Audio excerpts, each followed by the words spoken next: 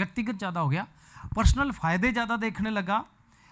उसको आशीष मिलनी है तो वो भी व्यक्तिगत मिलनी चाहिए, उसको चंगाई मिलनी है तो वो भी व्यक्तिगत मिलनी चाहिए, उसको धन मिलना है तो वो भी व्यक्तिगत मिलना चाहिए, और बहुत सारी बातें पर्सनल होगी लोगों की।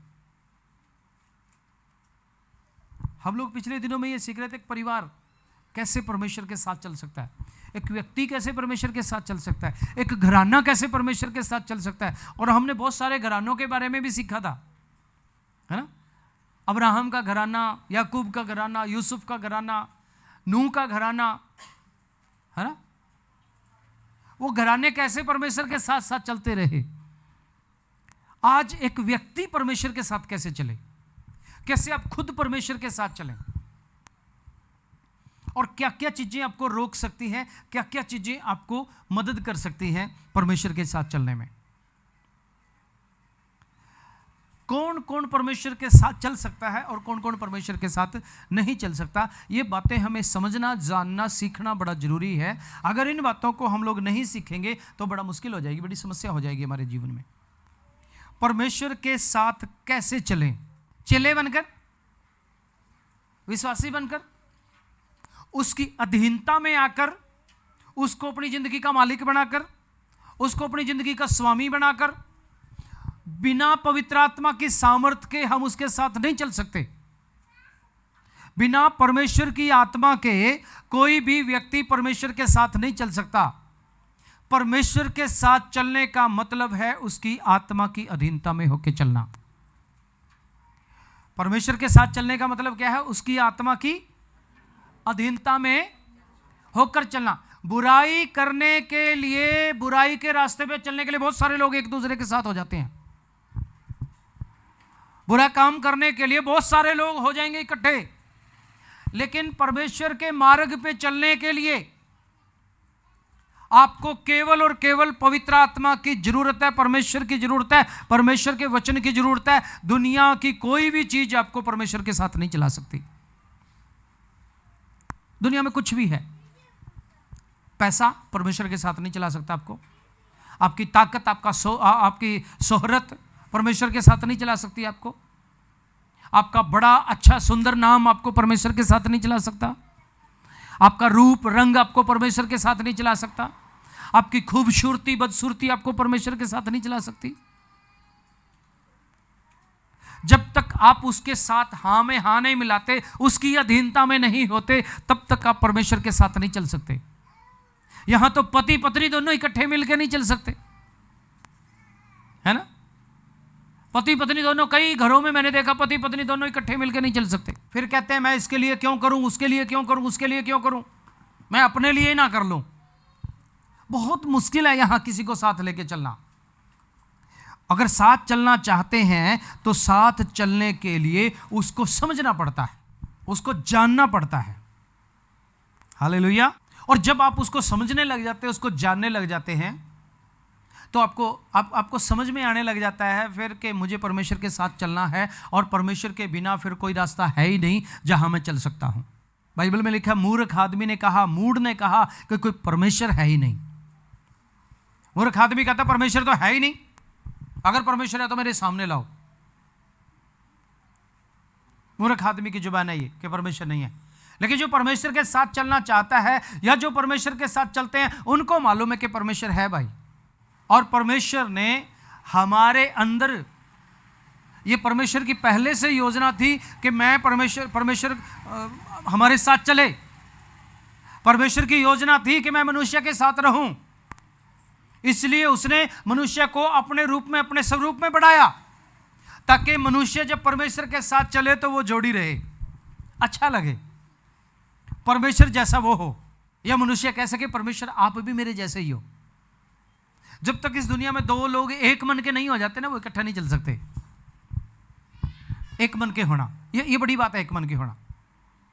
कभी कभी एक आदमी की एजुकेशन का लेवल बहुत ऊंचा हो जाता है और पति के लेवल छोटा रह जाता है, तो दोनों मिलजुल के नहीं चल सकते। इसलिए जब हम अपने बच्चों के रिश्ते करते हैं तो देखते हैं इनके अंदर इक्वलिटी कितनी है, इनके अंदर समानता कितनी है, और देखना भी चाहिए, क्योंकि उनके अंदर समानता रहेगी तो वो बराबर चल पाएंगे। विश्वासी और अविश्वासी में समानता नहीं होती। कई बार हम अपने बच्चों की शादी अविश्वासियों से कर देते हैं तो हमारे बच्चे भी परेशान हो जाते हैं। समानता रखना जरूरी है। समान होने से क्या होगा, जब आपके ज्ञान का, उम्र का, नॉलेज का लेवल इक्वल होगा तो आप इकट्ठा सोच सकते हो और आप लंबे चल सकते हो। या फिर आप दूसरे की अधीनता में दे दें तब आप लंबा चल सकते हो, फिर तो गुंजाइश ही नहीं है कोई दूर होने की। एक पत्नी जब तक अपने पति की अधीनता में अपने आप को नहीं देती तब तक वो उसके साथ चल ही नहीं सकती। बड़ा मुश्किल है उसके साथ चलना। या फिर वो दोनों बराबर हों तब चल सकते हैं। अगर एक का लेवल ऊंचा दूसरे का लेवल नीचा तो बड़ा मुश्किल हो जाता है। फिर एक को अधीनता में होना चाहिए, दूसरे को बोलना चाहिए हाँ कुछ बातों में तुझे मालूम है, कुछ बातों में मुझे मालूम है, मिलजुल के चलेंगे। लेकिन जब परमेश्वर के साथ चलते हैं तो मिलजुल के नहीं चल सकते, परमेश्वर के साथ उसके अधीन होके चलते हैं, पवित्र आत्मा के अधीन होके चलते हैं और हम जीरो हो जाते हैं। उसकी योजना थी कि वो इंसान के साथ रहे, इसलिए उसने अपनी आत्मा अंदर रखने के लिए मनुष्य के अंदर एक जगह बनाई। हालेलुया। और वो जगह क्या थी? हमारा मन। हमारे अंदर वो अपने विचार डाल सके, इसलिए कि हमारे अंदर वो अपना ज्ञान डाल सके, इसलिए कि वो हमारे अंदर अपनी आत्मा का अभिषेक दे सके, इसलिए कि वो हमसे बातें कर सके। इसीलिए उसने मनुष्य को अपने स्वरूप में बना के उसके हृदय को खाली रखा। पहले तो भरा था क्योंकि जीवन उसके अंदर था, लेकिन जैसे उसने गलती कर दिया वो जीवन का आत्मा निकल के चला गया और दुष्ट वाला आत्मा हमारे अंदर आ गया। मनुष्य के अंदर दुष्ट का आत्मा आ गया और दुष्ट के आत्मा ने आके उसको गुमराह करना शुरू कर दिया, परमेश्वर से दूर कर दिया, जीवते परमेश्वर से उसने दूर कर दिया। अब वापस आने के लिए हमें उसकी आत्मा की जरूरत है। अगर वापस फिर से हम परमेश्वर के साथ चलना चाहते हैं तो हमें परमेश्वर के आत्मा की जरूरत है। और जब परमेश्वर का आत्मा आता है तो हम सामर्थ पाते हैं, और जब सामर्थ पाते हैं तो हम ताकतवर बन जाते हैं। हालेलुया। क्योंकि सामर्थ पा ली तो सामर्थी बनेंगे। और हमें सामर्थी इसलिए नहीं बनाया कि हम बस दुनिया के भूत निकालते रहे, ये करते रहे, वो करते रहे। हमें सामर्थी इसलिए बनाया कि हम उसके गवाह बन सके। हालेलुया। सामर्थ किस लिए दी? ताकि हम उसके गवाह बन सके। और गवाह क्या करता है? किसके गवाह बने हम लोग? मेरे साथ एक वचन निकालिए, प्रेरितों का काम 1 अध्याय और उसका 8 वचन। प्रेरितों का काम 1 अध्याय 8 वचन में इस प्रकार से लिखा है, परंतु जब पवित्र आत्मा तुम पर आएगा तुम सामर्थ पाओगे और यरूशलेम और सारे यहूदिया और सामरिया में और पृथ्वी के छोर तक मेरे गवाह ठहरोगे। हालेलुया। देखिए, चेले बात कुछ और कर रहे थे। चेले कह रहे थे, हे प्रभु, क्या तू इसी समय इज़राइल को राज्य फेर देगा? जब यीशु मसीह उठाए जाने वाले थे स्वर्ग में, 40 दिन तक इस धरती पे लोगों को दिखाई देते रहे मरने से जी उठने के बाद। और जब स्वर्ग में उठाए जाने वाले थे, बीच बीच में लोगों को दिखाई देते रहे, चेलों पे प्रकट होते रहे और पक्के सबूत दे दे के कहा कि देखो मैं वही यीशु हूं जो क्रूस पे चढ़ाया गया था, अब मैं जिंदा हो गया हूं। चेलों ने पूछा कि हे प्रभु, क्या तू इज़राइल को राज अभी दे देगा? क्योंकि बाइबल में लिखा है, भविष्यवक्ताओं ने भविष्यवाणी की है कि उसका राज सदा का है, मसीहा आएगा, कि क्या तू अभी अभी दे देगा राज वापस? ये रोम का राजा हट जाएगा क्या अभी? लेकिन यीशु मसीह कुछ और बात कर रहा है। यीशु मसीह कहता है तुम सामर्थ पाओगे और मेरे गवाह ठहरोगे। चेले दुनिया की बातें कर रहे हैं, प्रभु यीशु मसीह स्वर्ग की बात कर रहा है, सामर्थ की बात कर रहा है। चेले दुनिया की बातें, राज की बात कर रहे हैं। क्या हमें राज मिल जाएगा? क्या हमारा शासन फिर आ जाएगा? क्या यहूदियों का फिर राजा बन जाएगा कोई? लेकिन यीशु मसीह क्या कहता है? तुम पवित्र आत्मा पाओगे, तुम सामर्थ पाओगे। हालेलुया। तो ये दोनों अलग अलग बातें हैं। लोग आजकल कलीसिया कहां दौड़ रही है? कलीसिया दौड़ रही है, क्या मुझे आशीष मिलेगी? क्या मुझे बरकत मिल जाएगी? क्या मुझे नौकरी मिल जाएगी? क्या मुझे शांति मिल जाएगी? क्या मेरा घर बन जाएगा? क्या मेरी प्रॉपर्टी बन जाएगी? क्या मेरे बच्चों के रिश्ते हो जाएंगे, क्या मेरा ये हो जाएगा, वो हो जाएगा, वो हो जाएगा, वो हो जाएगा। लेकिन प्रभु किस बात की बात कर रहा है कि तुम सामर्थ पाओगे, मेरे गवाह ठहरोगे, तुम सामर्थ पाओगे, मेरे गवाह ठहरो। तो ये दोनों बातें अलग अलग हो गया, विरोधाभास की बातें होगी दोनों। चलिए संसार की बात कर रहे हैं और प्रभु यीशु मसीह सामर्थ की बात कर रहा है, स्वर्ग की ताकत की बात कर रहा है। हम भी कई बार ऐसे हो जाते हैं, हम भी दुनिया की बातें करते हैं, प्रभु स्वर्ग की बातें हमारे साथ करता है। कई बार मसीह में आने के बाद हमारा एक रास्ता बंद हो जाता है तो हम चिल्लाने लग जाते हैं, प्रभु मेरा रास्ता बंद हो गया, मेरा रास्ता बंद हो गया, मेरा बिजनेस बंद हो गया, मैं अच्छा प्रभु में आया, मेरा सब कुछ खत्म हो गया, मेरा रास्ता ही बंद हो गया, मेरा सब कुछ खत्म हो गया, मेरा ये बंद हो गया, मेरा वो बंद हो गया। प्रभु कहता तू चिंता मत कर, तू मेरे पीछे चल, मैंने तेरे लिए नया रास्ता निकाला है। प्रभु कहता मैंने तेरे लिए नया रास्ता निकाला है। जब तेरे लिए नया रास्ता निकाला है तो पुराने रास्ते पे क्यों जा रहा है भाई? जब मैंने तेरे लिए कुछ नया सोच के रखा तो पुरानी बातों में तो क्यों जा रहा है भाई? तो कहता मेरा बिजनेस बंद हो गया, तो कहता मेरे रिश्तेदार नाराज हो गए, तो कहता मेरे रिश्तेदार मुझे गालियां देते हैं, बोलते तू ईसाई बन गया, तू क्रिश्चियन बन गया, तू मसीह बन गया, तो ये हो गया। लेकिन प्रभु कहता है मैं तेरे लिए नया रास्ता खोल रहा हूं, मैंने तेरे लिए कुछ नया सोच के रखा है। तो ये दोनों उल्टी बातें हैं, इसलिए प्रभु का वचन कहता निकल के आ जा उन बातों में से, उन बातों में से बाहर निकल के आ। लेकिन बहुत सारे लोग ऐसे भी हैं, अब प्रभु के साथ चलने से आपको रोकने के लिए भी शैतान ने कुछ चीजें खड़ी करके रखी हैं।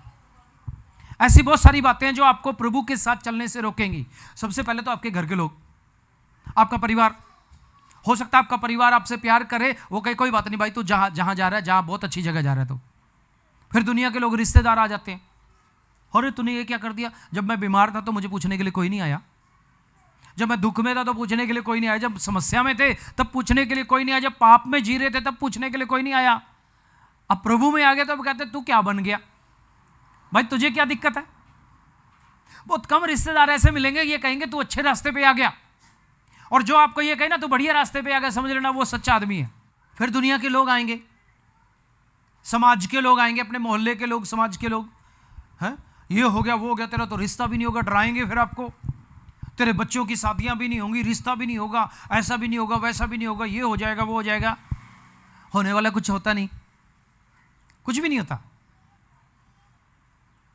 होता ये है कि आप अंदर से शांति पा लेते हैं, होता ये है कि आपके अंदर चैन आ जाता है, होता ये है कि आप परमेश्वर के बेटे बेटियां बन जाती है, आपके अंदर से बुराई खत्म हो जाती है, आपके मन का, दिल का मैल खत्म हो जाता है, आप साफ सुथरे और पवित्र बन जाते हो, आपके विचार बदल जाते हैं, आपकी जिंदगी बदल जाती है। पर रोकने के लिए आते हैं। ये सामर्थ पाना जिंदगी में बड़ा महत्वपूर्ण है। मसीह में आके फिर शैतान भी कहता है, ऐसे झूठे लोग भी खड़ा कर देता है वो। मसीह ने कहा झूठे भविष्यवक्ता आएंगे। मत्ती की किताब 23-24 अध्याय को जब आप पढ़ोगे, अंत के दिनों में क्या क्या होगा, वो सब लोग भी आएंगे, झूठे मसीह, झूठे भविष्यवक्ता, झूठे पादरी, झूठे प्रोफिट, झूठे झूठे लोग आएंगे, कहेंगे मैं भी मसीह हूं, चमत्कार भी दिखा देंगे कि मेरे पास आ जाओ तुम्हें चंगाई भी मिल जाएगी। हम जिंदा परमेश्वर को छोड़ के चंगाइयों के पीछे दौड़ जाएंगे, तेरे को आशीष भी मिल जाएगी। तो हम जिंदा परमेश्वर को छोड़ के, प्रभु के वचनों को छोड़ के, उसकी आत्मा की सामर्थ को छोड़ के हम चंगाई के पीछे चले जाएंगे, आशीष के पीछे चले जाएंगे, बरकत के पीछे चले जाएंगे। वो वहीं तक रहेगा, बस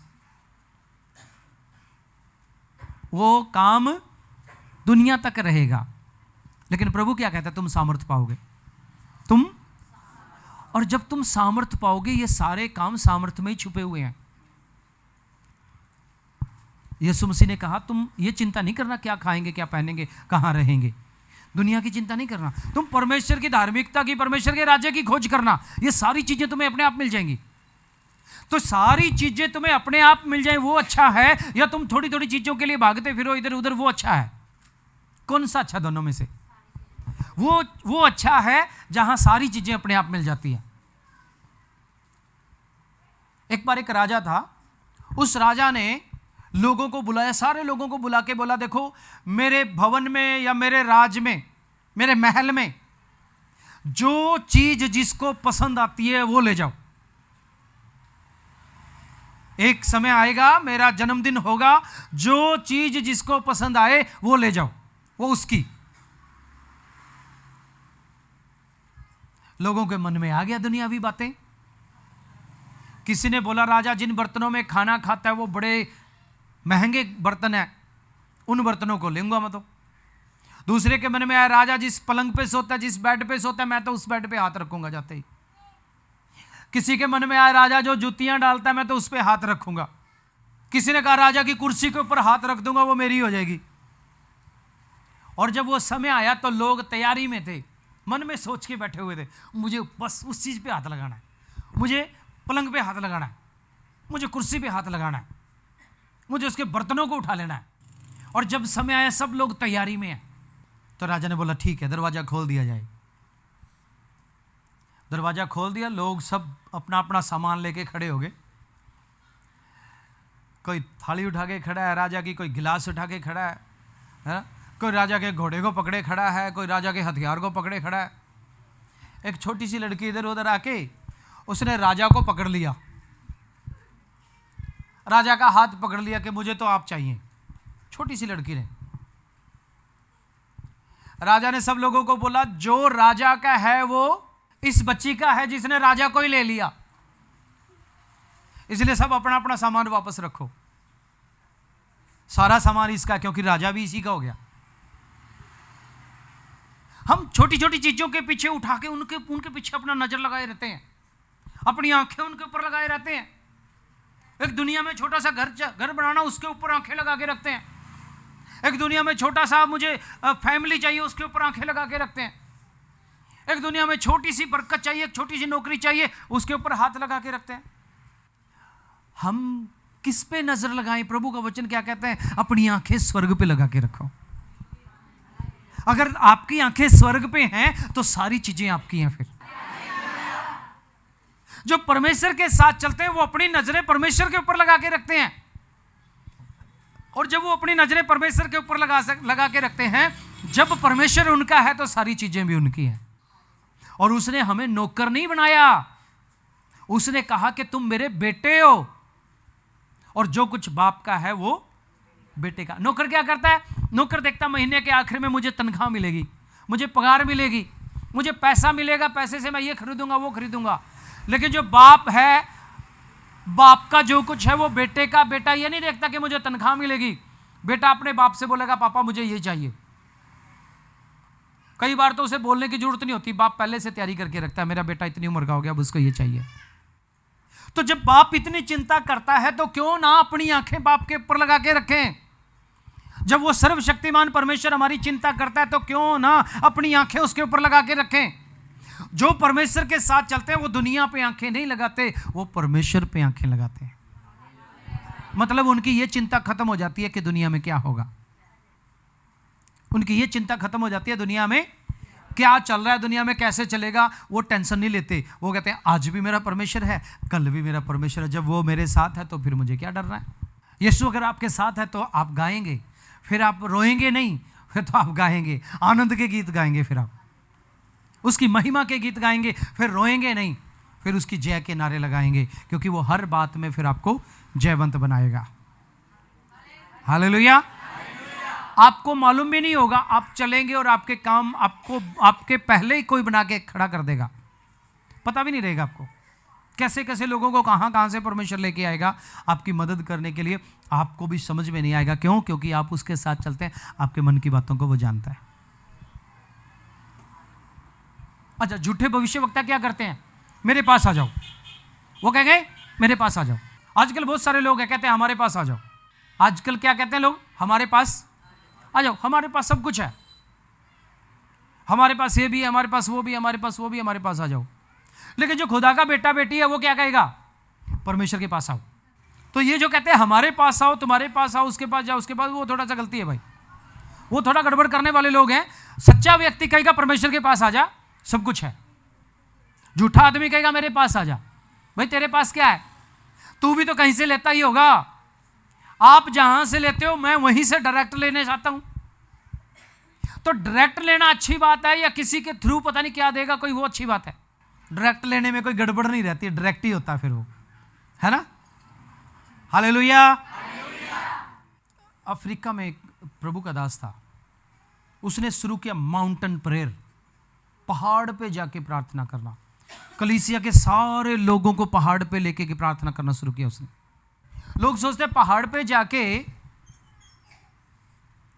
मौसम बदल जाएगा, या पहाड़ पे जाके क्या होगा, हो सकता है शुद्ध हवा मिलेगी आपको, ये सही है ना, शुद्ध हवा मिलेगी, कोई आदमी कम होंगे वहां पे, ये सही है।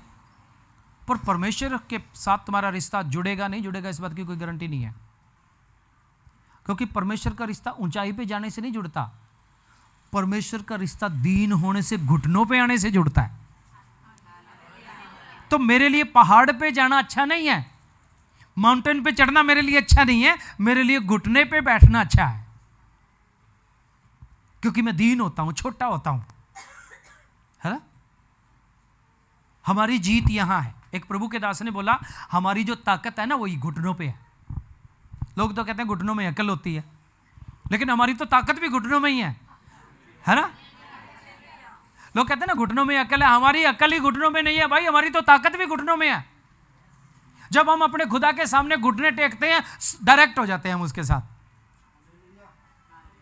हमें किसी की जरूरत नहीं पड़ती फिर। तो आजकल बहुत सारी बातें ऐसी आ रही है लोगों के जीवन में, किसी दूसरे को मीडिएटर बना रहे हैं, किसी दूसरे को मीडिएटर बना रहे हैं, और दूसरे को मीडिएटर बना के मध्यम क्या बोलते हैं उसको, बिचवैया बना के, बिचौला बना के हम सोचते हैं परमेश्वर के साथ नजदीक हो गए। नहीं हो पाएंगे। परमेश्वर डायरेक्ट चाहता है। अगर आपके अंदर पाप है तो आपको किसी तीसरे को जाके नहीं बोलना पड़ेगा मेरे अंदर पाप है, मेरा पाप माफ करवा दो। आपको सीधा बोलना पड़ेगा, हे प्रभु मैंने गुनाह किया, मुझे माफ कर दे। अगर आप भरना चाहते हैं तो आप जाके पास्टर को बोलेंगे मैं आत्मा से भरना चाहता हूं। पास्टर क्या बोलेगा? या तो बोलेगा मैं तेरे ऊपर ले हैंड प्रार्थना कर देता हूं, हाँ, या फिर कहेगा मुझे पैसे लाओ मैं तेरे लिए प्रार्थना कर देता हूं, या फिर कहेगा चलो वेट करो मैं तेरे लिए प्रार्थना करता हूं, लाइन में लगना पड़ेगा। नहीं तो क्या कहेगा? भाई तू घुटने टेक, घुटनों में ताकत है, घुटनों में सामर्थ है। आपकी जिंदगी के बहुत सारे रास्तों को आप घुटनों पे बैठ के खोल सकते हो। आपको किसी तीसरे चौथे पांचवे की जरूरत नहीं है, मेरी भी जरूरत नहीं है आपको।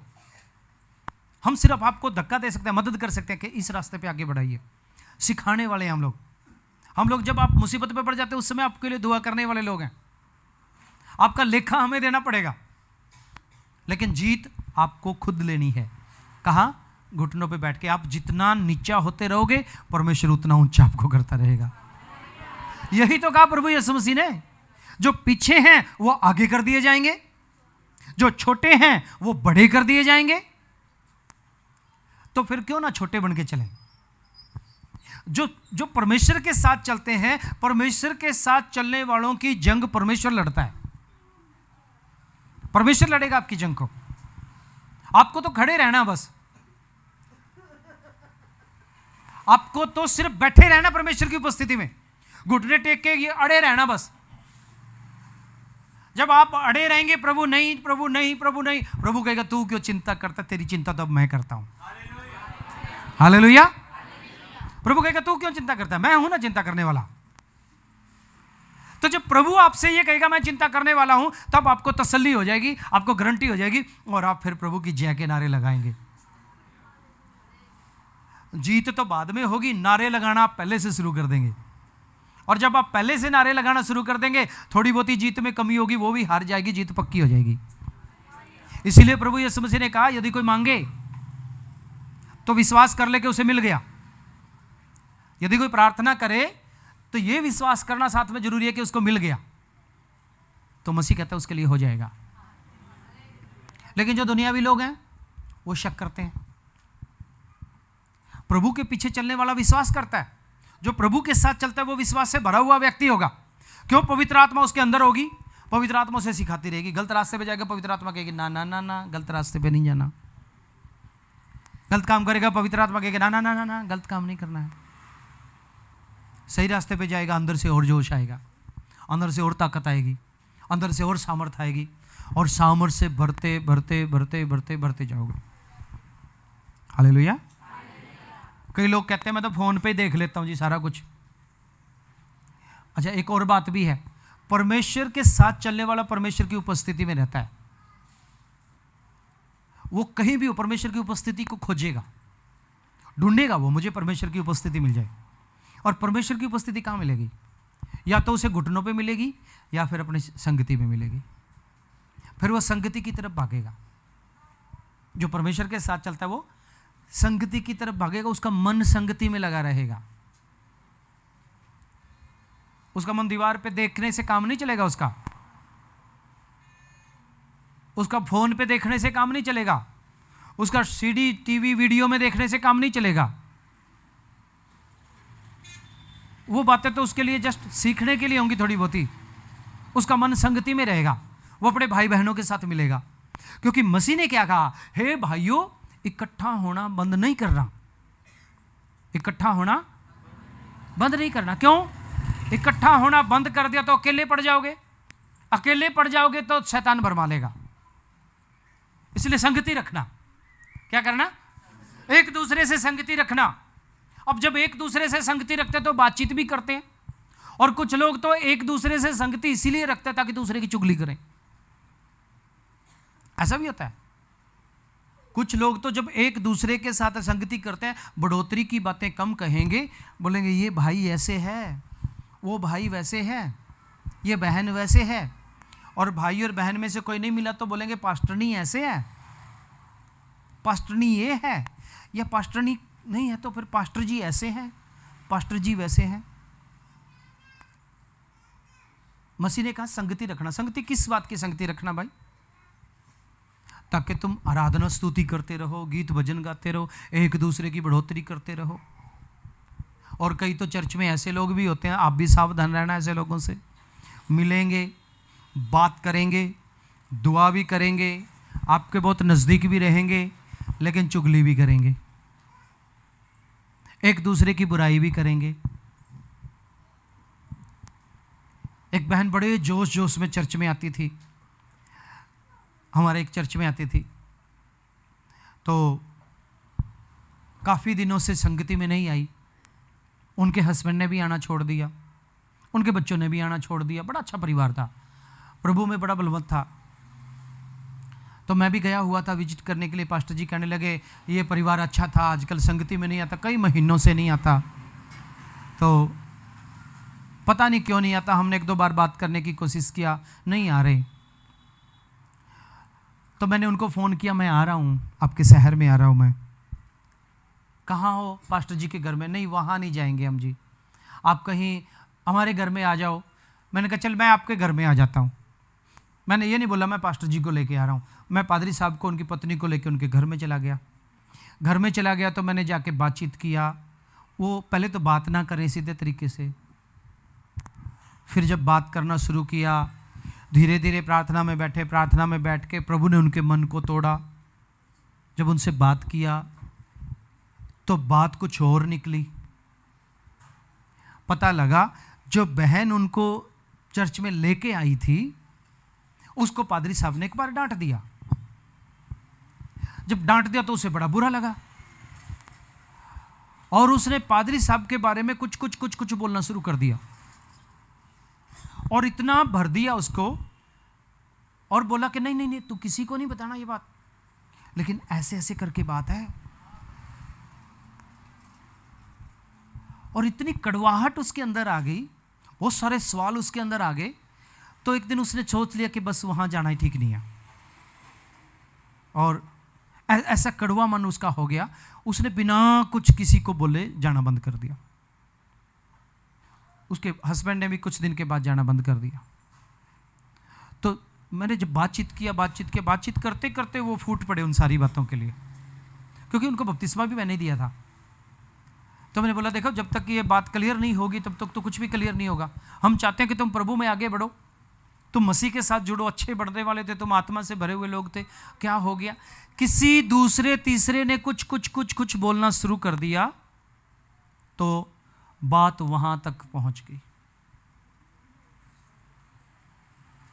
एक जवान लड़की आराधना करने के लिए आती थी, उसने कुछ मिला मिला के वो लड़की के बारे में, पादरी साहब के बारे में, उनके पत्नी के बारे में ऐसा कुछ बोल के इतना बड़ा कर दिया, उसके दिल में तूफान उठ गया। किसी की जिंदगी बर्बाद हो जाती थी, किसी की जिंदगी बर्बाद हो जाती। वापस आए, मन फिराया, अब क्या बोल लूँ, मैं क्या बोलूँ उस बहन को जिसने ऐसा इतना बोल दिया। प्रार्थना किया, उससे मिले, उससे मिल के मैंने बोला देखो प्रभु का वचन कहता है हर व्यक्ति को अपनी जुबान का लेखा देना पड़ेगा। मनुष्य का फैसला उसकी जुबान से होगा। आपकी जुबान में क्या है भाई? आपकी जुबान में चल क्या रहा है? आपको सावधान होने की जरूरत है। कठोर हो गया उसका मन, नहीं समझी उस बात को, नहीं जी मैं तो ठीक हूं, ऐसा तो कुछ हुआ नहीं, मैंने बोला आपने ऐसा ऐसा करके बोला, नहीं मैंने नहीं बोला। चलो कोई बात नहीं, अगर आपने नहीं बोला तो आगे से नहीं बोलना। हमें यह भी देखना पड़ता है कि दूसरे की जिंदगी भी खराब ना हो, बहुत सब्र रखना पड़ता है। एक पास्टर को, एक कलीसिया के अगुए को, लीडरों को बहुत सब्र रखना पड़ता है।